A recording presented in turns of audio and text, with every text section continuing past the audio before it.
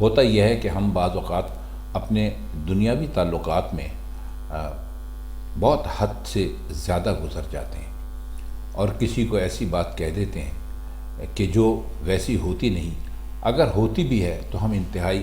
سخت الفاظ میں اس بات کو بیان کر دیتے ہیں، اور اس سے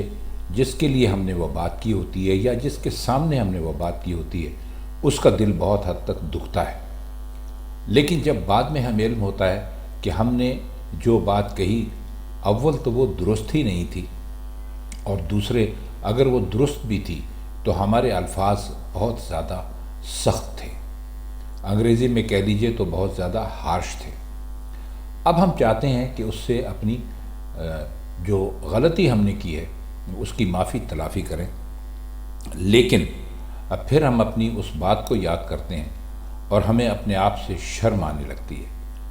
نتیجہ کیا ہوتا ہے کہ وہ جو گانٹھ یا جو گرہ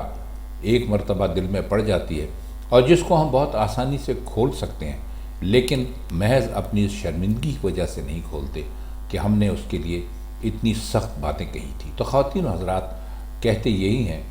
کہ آپ جب کسی کے لیے کوئی بات کریں یا جس کے سامنے کوئی بات کریں تو بے شک آپ اس کی مخالفت کی بات کر لیں،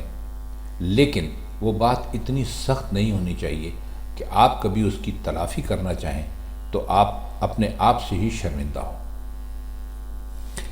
اس کا اگلا شعر ہے، خدایا جذبہ دل کی مگر تاثیر الٹی ہے کہ جتنا کھینچتا ہوں اور کھینچتا جائے ہے مجھ سے۔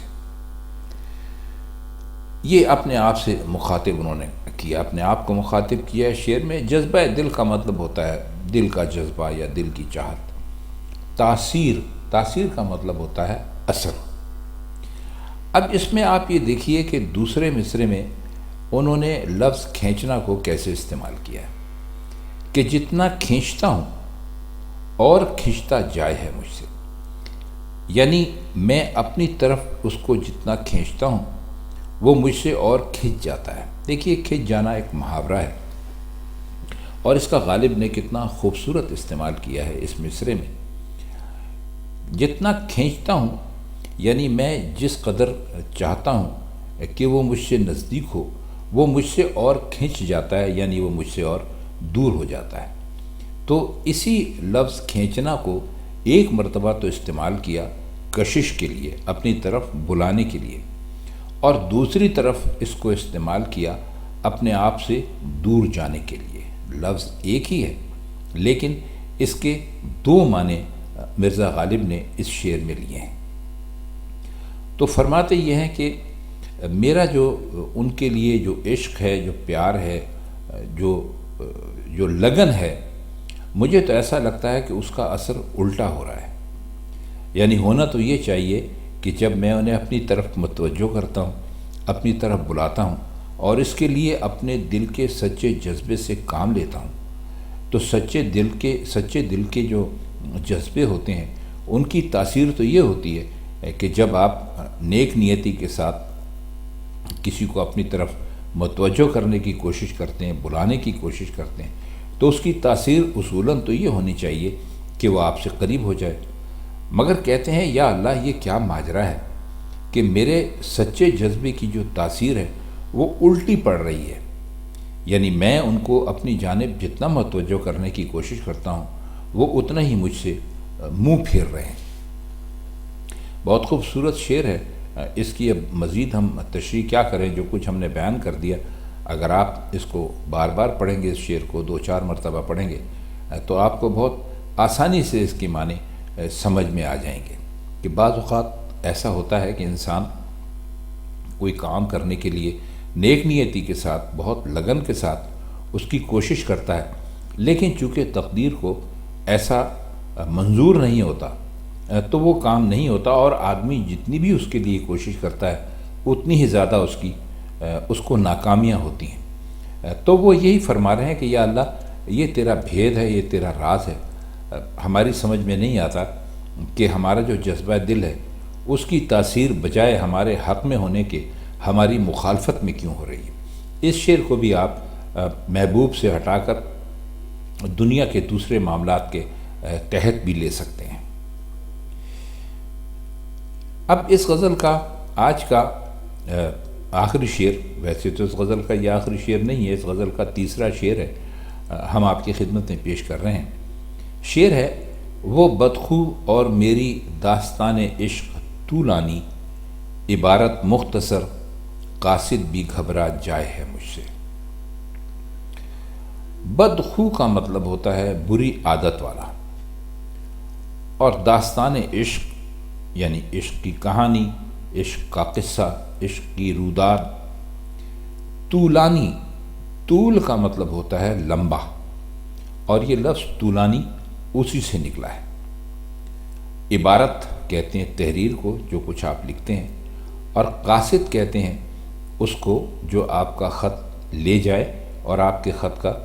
جواب بھی لے آئے۔ اگر آج کی زبان استعمال کیجئے تو آپ ڈاکیہ کہہ سکتے ہیں، پوسٹ مین بھی کہہ سکتے ہیں۔ تو فرماتے یہ ہیں بدخو اصل میں وہ اپنے محبوب کے لیے فرماتے ہیں، محبوب جو ہے نا میرا، تو ایسا ہے کہ وہ ایک بدخو ہے۔ بدخو مطلب ہے اکثر و بیشتر شاعر جو ہیں وہ اپنے جو ان کے محبوب ہوتے ہیں ان کو بدخو ہی کہتے تھے۔ بدخو سے مطلب یہ کہ وہ لوگ جو کہ عادت کے اچھے نہیں ہوتے، اور عادت کے اچھے کون نہیں ہوتے؟ ان کے محبوب ہی ہوتے ہیں ایسے جو وہ عادت کے اچھے نہیں ہوتے، تو وہ اکثر و بیشتر چونکہ اپنے ان سے محبوبوں سے تنگ رہتے ہیں، پریشان رہتے ہیں، تو ان کو پیار میں صحیح لیکن وہ ان کو بدخو کہتے ہیں۔ تو کہتے یہ ہیں کہ جو ہمارا محبوب ہے وہ بڑا بدخو ہے، بد مزاج ہے، اس کو ایک دم غصہ آ جاتا ہے، معمولی سی بات بھی صبر سکون کے ساتھ نہیں سن سکتا، اور میرے پاس یہ مصیبت ہے کہ میرے عشق کی داستان بڑی لمبی ہے۔ اور حالت تو یہ ہے کہ میں یہ داستان جب اپنے قاصد کے سامنے کہتا ہوں کہ بھائی تم یہ بھی کہنا اور یہ بھی کہنا اور یہ بھی کہنا، تو قاصد بھی گھبرا جاتا ہے۔ تو کہتے ہیں کہ قاصد جو کہ جس کا کام صرف خط کو پہنچانا یا خط کو لانا یا پیغام کو پہنچانا اور پیغام کو لانا لے جانا ہے، وہ بھی گھبرا جاتا ہے، تو پھر یہ تو مجھے بہت مشکل لگتا ہے، یہ کیسے ممکن ہے کہ میرا محبوب جو اسے بات بات پہ غصہ آ جاتا ہے وہ بہت اطمینان اور آرام سے آخر تک میری جو گفتگو ہے، جو میری بات وہ سن لے گا۔ لگتا ایسا ہے کہ اس شعر میں عبارت جو انہوں نے استعمال کیا ہے وہ قاصد کے حوالے سے استعمال کیا ہے۔ دراصل عبارت وہ کہنے کو ہی اس میں استعمال کر رہے ہیں، یعنی زبانی بات کرنے کو۔ تو کہتے یہ ہیں کہ میں اب قاصد سے جب اپنا حال دل کہنا شروع کرتا ہوں تو میں دیکھتا ہوں کہ قاصد جو ہے وہ ایک دم گھبرا گیا ہے، یعنی وہ پریشان ہو جاتا ہے کہ بھائی ان کی تو داستان عشق جو ہے اتنی لمبی ہے کہ ختم ہی نہیں ہو رہی ہے۔ تو کہتے ہیں جب قاصد گھبرا گیا، پہلا مرحلہ تو یہی ہوتا ہے کہ آپ اپنے محبوب کو جب پیغام بھیجتے ہیں تو کسی ذریعے سے بھیجتے ہیں۔ تو وہ کہتے ہیں کہ جب میں اپنے محبوب کے حوالے سے قاصد سے بات کرنا شروع کرتا ہوں کہ بھئی تم ان سے یہ کہہ دینا کہ ہماری حالت یہ ہے، ہم ہجر میں ہیں، ہم تم سے ملنا چاہتے ہیں، تمہارے حسن نے ہمیں یوں کر دیا، اور جو کچھ بھی ایک عاشق کے دماغ میں اپنے محبوب تک ایک پیغام بھیجنے کے لیے باتیں آ سکتی ہیں، وہ ساری باتیں جو ہیں وہ داستان عشق کے زمرے میں آتی ہیں۔ تو کہتے ہیں کہ وہ تو اتنی لمبی ہیں کہ جب ہم قاصد کے سامنے بیان کرنا شروع کرتے ہیں تو وہ بیچارہ بھی گھبرا جاتا ہے ساری باتیں سن کے۔ تو یہ کیسے ہو سکتا ہے کہ جب ہم یہ ساری باتیں یہ جا کر ہمارے محبوب سے کہے گا، اتنی لمبی چوڑی داستان بیان کرے گا، تو ہمارا محبوب جو ہے وہ کیوں نہیں گھبرا جائے گا، اسے کیوں نہیں غصہ آ جائے گا؟ کیونکہ تو وہ پہلے ہی بدخو ہے، یعنی بد مزاج ہے، تو اس کو ضرور غصہ آ جائے گا۔ تو کہتے ہیں یہ ہماری بڑی پریشانی ہے کہ ہم اپنی عشق کی داستان کو چھوٹا نہیں کر سکتے، اسے اتنا لمبا ہم نے کر دیا کہ قاصد بھی گھبرا گیا ہے، اور وہاں یہ حال ہے کہ جس کے پاس یہ سارا پیغام بھیج رہے ہیں وہ بہت بد مزاج ہے، اور وہ یقیناً یہ داستان عشق سن کے اس کو بہت ہی غصہ آئے گا، اور غصے میں پھر وہ جو چاہے کرے۔ تو خواتین حضرات، یہ 3 اشعار تھے ابتدائی اس غزل کے۔ ویسے اس غزل کے جو شعر ہیں وہ 8 ہیں، لیکن ایک اتفاق کی بات ہے کہ ہمارے پاس جو دیوان غالب ہے وہ کچھ بوسیدہ ہے، پرانا ہے، جو شاید اس لیے اس کا ایک صفحہ ہمارے پاس نہیں ہے۔ تو ممکن ہے کہ اس میں ایک شعر اور بھی ہو، کیونکہ جہاں تک ہمیں یاد پڑتا ہے اس غزل کا ایک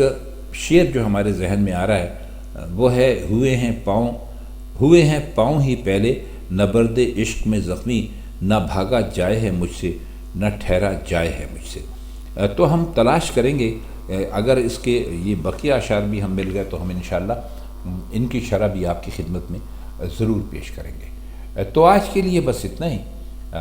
چلتے چلتے بس آپ سے یہی کہنا ہے کہ اگر آپ کو یہ غزلیں اچھی لگتی ہوں تو آپ ہمارے چینل کو لائک، شیئر اور سبسکرائب ضرور کیجیے۔